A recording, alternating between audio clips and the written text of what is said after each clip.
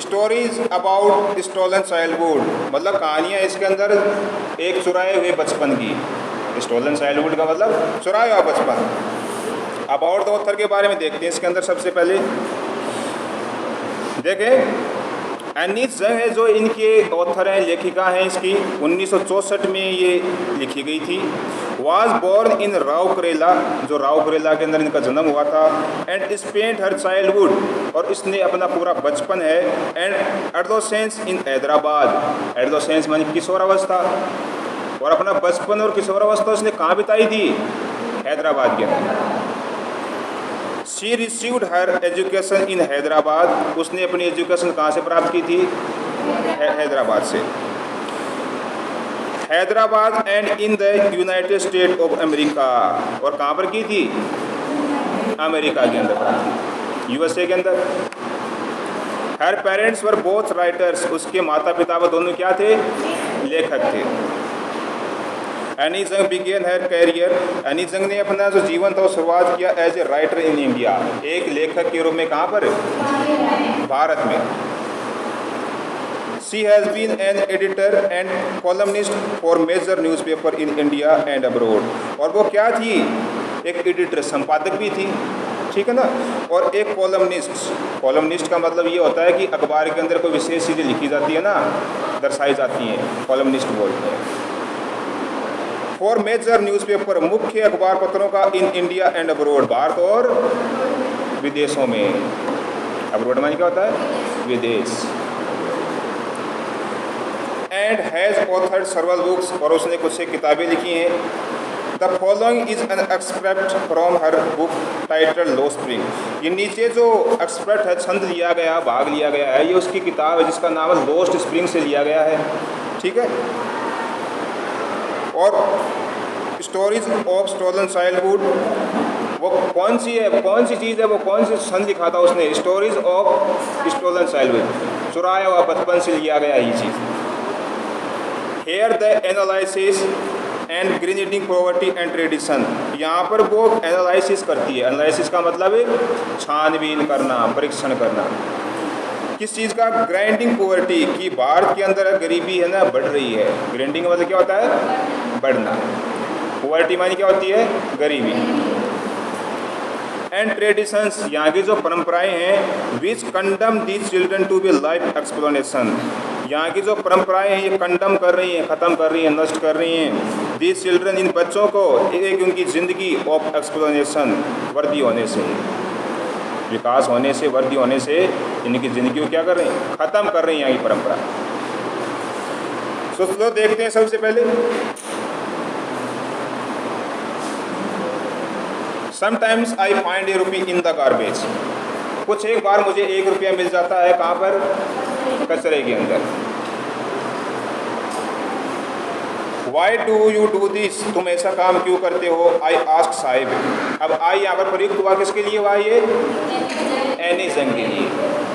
तो एनी जंग ने किससे पूछा? साहिब से पूछा कि whom I encounter every morning scrounging for gold in the garbage dump of my neighborhood, जिसको मैंने देखा था एनकाउंटर एवरी मॉर्निंग, बार बार हर सुबह आते हुए, स्क्राउंजिंग, खोजते हुए, फॉर गोल्ड, सोना, इन द गार्बेज डंप, कचरे के कूड़ों में, ऑफ माई नेबरहुड, मेरे पड़ोस में।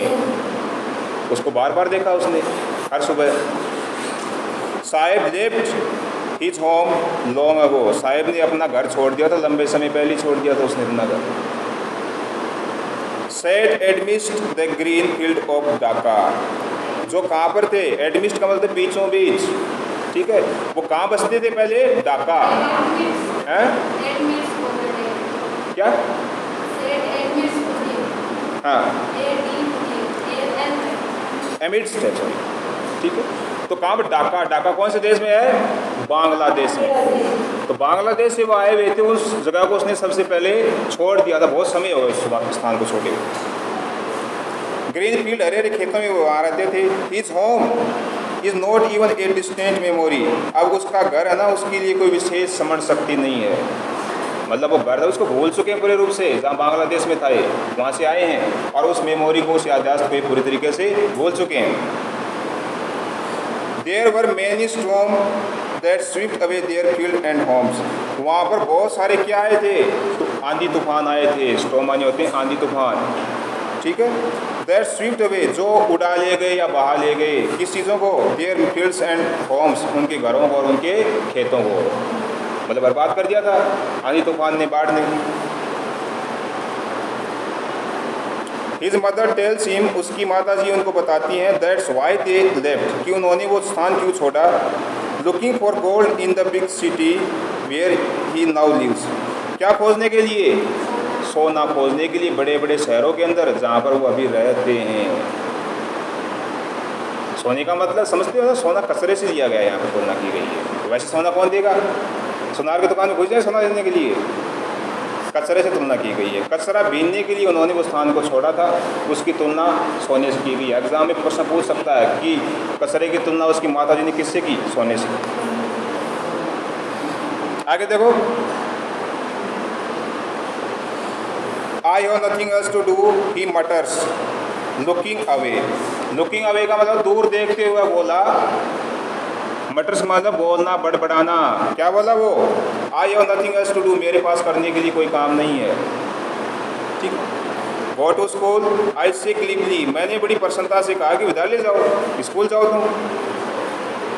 Realising immediately how hollow the advice must sound, realising, तुरंत रूप से महसूस करते हुए मैंने उस चीज़ को, how hollow the advice must sound, कि मेरी जो सलाह थी ना वो कितनी उसके लिए तेज़ थी, होलो थी उसके लिए, उसको अच्छी लगी मेरी सलाह। आगे देखो, there is no school in my neighbourhood, क्या बोला कि मेरे पड़ोस में कोई विद्यालय नहीं है। मेरे पड़ोस में क्या नहीं है, विद्यालय नहीं, स्कूल ही नहीं, मैं कहाँ से जाऊँ भाई, समस्या है। When they build one, I will go, जब भी कोई विद्यालय बन जाएगा तो मैं विद्यालय जाऊंगा, ठीक है। आगे देखो, if I start A school will you come, अब ये जो लेखिका कहती है कि यदि मैं कोई विद्यालय बना लूँ तो क्या तुम आओगे। आई आस्क, मैंने पूछा, हाफ जोकिंग, थोड़ा सा मजाक करते हुए, यस हाँ, ही सेज स्माइलिंग ब्रॉडली, वह कहता है बड़ी ही तेजी से हंसता हुआ, मुस्कुराता हुआ। ए फ्यू डेज लेटर, कुछ दिनों के बाद, आई सी ही, मैंने उसको देखा, रिटर्निंग अप टू मी, जो मेरी तरफ आ रहा था। वो कौन आ रहा था, है? कौन आ रैग भी कर रहा था, क्या नाम था उसका, साहिब आ रहा था, ठीक। इज यूर स्कूल रेडी, तो उसने लेखिका से आगे क्या पूछा, क्या तुम्हारा विद्यालय तैयार है अभी बन के, मैं विद्यालय जाऊंगा। It takes longer to build a school, अरे विद्यालय बनने के लिए बहुत सारा क्या लगता है, समय लगता है। आई से, मैंने बोला, impressed eight having made a promise, बड़ा ही शर्मिंदगी महसूस करते हुए, हैविंग मेड ए मिस्टेक, जो मैंने उससे वादा किया था, दैट वाज नॉट मीन, और इसका वो पूरा नहीं कर पाई मैं, इसका तात्पर्य पूरा नहीं कर पाई मैं। बट प्रोमिस लाइक माइन, लेकिन जो मेरी तरीके से जो वादे किए जाते हैं ना इन लोगों के साथ, abound in every corner of is bleak world, ये उनको पूरे संसार में के प्रत्येक कोने पर, खाली संसार में मिलते हैं मेरे जैसे वादे। ब्लीक वर्ल्ड का मतलब क्या होता है, धुंधला, खाली संसार, अंधेरमय। तो क्या कह रहे हैं कि मैंने जो इससे वादे किए थे ना, ऐसे वादे न जाने संसार के किन किन कोनों में गरीब लोगों के साथ किए जाते हैं, करते हैं ना झूठे वादे इन लोगों के साथ, वही बात। आगे देखो, after months of knowing him, मुझे उसको जाने में कितने दिन हो गए थे, कुछ महीने ही हुए थे उसको जाने हुए। I ask him his name, मैंने उसका नाम पूछा। साहिब आलम, उसने अपना नाम क्या बताया, साहिब आलम नाम बताया उसने अपना। ही अनाउंस, वह बोला, he does not know what it means, वह बिल्कुल नहीं जानता कि उसके नाम का मतलब क्या है। नाम तो बता दिया, अब नाम का मतलब जानता नहीं है वो। तो आगे देखो, if he new it's meaning, यदि वो अपने नाम का अर्थ जानता, लॉर्ड ऑफ यूनिवर्स, तो उसके नाम का मतलब क्या था, ब्रह्मांड का स्वामी, दुनिया का स्वामी, या दुनिया का भगवान ही बोल सकते हैं, है ना। He would have a hard time believing it, उसको बड़ा ही कठिन, वो इस बात के ऊपर बड़ा ही कठिन रूप से विश्वास करता था। अनअवेयर, और वो अजागरूक था, और व्हाट हिज नेम रिप्रेजेंट, कि उसका नाम क्या दर्शाता है, क्या बताता, वो जानता नहीं था अपने नाम का अर्थ। He roams the streets with his friends, वो गलियों के अंदर घूमता था अपनी दोस्तों के साथ। रोम्स का मतलब घूमना, चक्कर लगाना। An army of barefoot boys who appear like the morning birds and disappear at noon, एक सेना थी नंगे पाँव वाले बच्चों की, टोली होती है ना घूमने वालों की, वो नंगे पाँव वाले बच्चे थे, उनकी सेना थी जो अपीयर होती थी, दिखाई देती थी सुबह सुबह, किसकी तरह, पक्षियों की तरह, और वो शाम होते होते गायब हो जाते थे।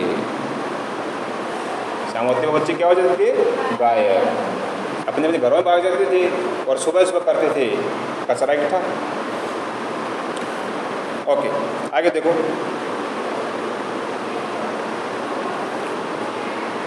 ओवर द मंथ्स, कई महीनों तक, I have come to recognise each of them, मैंने प्रत्येक एक एक बच्चे को क्या कर लिया था, जान लिया था, पहचान लिया था मैंने।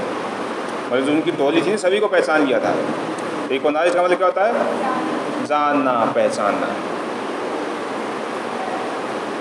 Y are you not wearing chappals, I ask one, तभी मैंने उनमें एक से पूछा, लेखिका ने, कि तुम चप्पल क्यों नहीं पहनते हो, नंगे पाँव क्यों घूमते हो भाई तुम।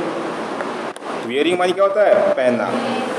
My mother did not bring them, मेरी माता जी मुझको ला कर नहीं देती, sorry, my mother did not bring them down, मेरी माता जी मुझे नीचे उतार कर नहीं देती वो चप्पल।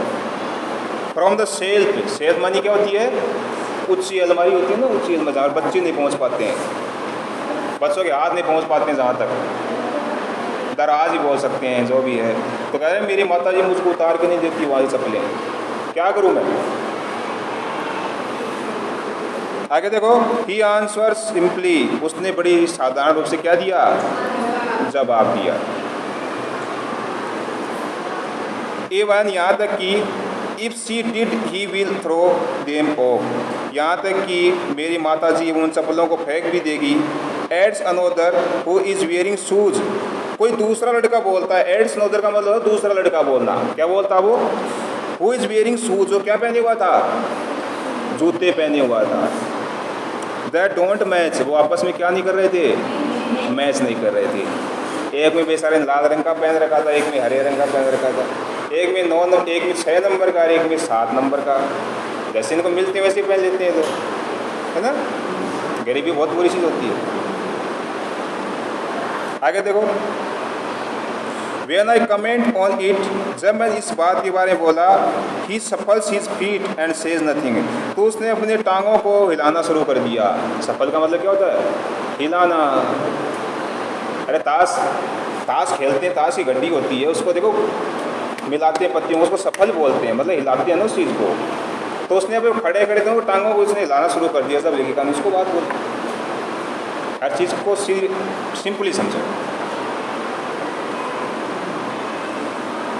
आगे देखो,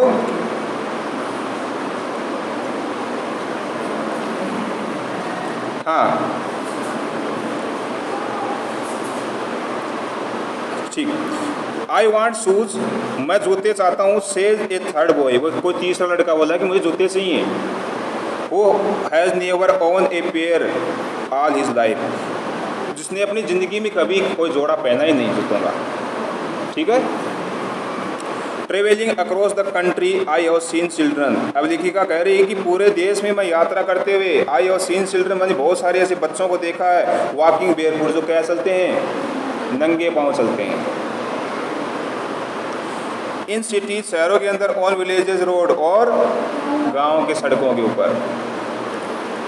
it is not lake of money, ये कोई पैसों की कमी नहीं है। लेक मनी क्या होता है, कमी, ये कोई पैसों की कमी नहीं है। But tradition to stay barefoot, लेकिन ये एक परंपरा है नंगे पाँव रहने की। क्या ये परंपरा, नंगे पाँव रहने की। आगे देखो, इज़ वन एक्सप्लेनेशन, यदि हम इसकी व्याख्या करें, वर्णन करें, तो इसका मतलब ये है कि एक परंपरा है। आई वंडर, मैं आश्चर्यचकित हूँ, if this is only an excuse to explain, केवल क्या एक ही एक एक्सक्यूज़ है, एक बहाना है इस चीज़ को व्याख्या करने का। किस चीज़ का? Away a perpetual state of poverty, और ये हमारी गरीबी की सबसे बुरी अवस्था है। स्टेट मानी क्या होती है? अवस्था।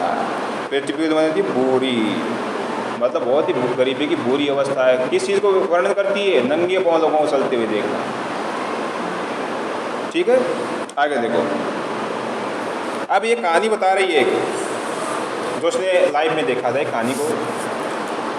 I remember a story a man, मुझे एक आदमी कहानी याद आई, फ्रॉम उदीपी। उदीपी में पढ़ता है वो आदमी, रहता था वहाँ पर, शहर का नाम, स्थान का नाम है। वंस टोल्ड मी, उदीपी ने एक बार मुझे बताया था, सॉरी, उदीपी किस स्थान का नाम है। एज ए यंग बॉय, वो एक जवान लड़का था, he would go to school past an old temple, वो हमेशा ही विद्यालय जाया करता था एक गांव के पुराने मंदिर के पास। ठीक है, where his father was a priest, जहाँ पर उसके पिताजी क्या थे? पुजारी थे। He would stop briefly at the temple and pray for a prayer of shoes, तो वो मंदिर के सामने थोड़ा सा रुक जाता था। ब्रीफली मानी क्या होता है? संक्षिप्त रूप में, छोटे रूप में। किसके सामने? मंदिर के सामने रुक जाता था। और pray for a pair of shoes, और भगवान से क्या प्रे करता था? एक जोड़ी जूतों के लिए प्रे करता था। उदीपी 30 years लेटर, 30 साल बाद, आई विजिट हिज टाउन, मैं दोबारा उसके कस्बे में गई, एंड द टेम्पल, वहाँ उस मंदिर में गई, which was now drawn in an air of desolation, लेकिन आज वो मंदिर एक हवा के झोंके की तरह बिल्कुल क्या हो गया है? ख़त्म सा हो गया है, डूब सा गया है। मतलब 30 साल बाद वहाँ पर अब क्या है? कुछ भी नहीं। ठीक है, यहाँ आज कितना ही देखते हैं,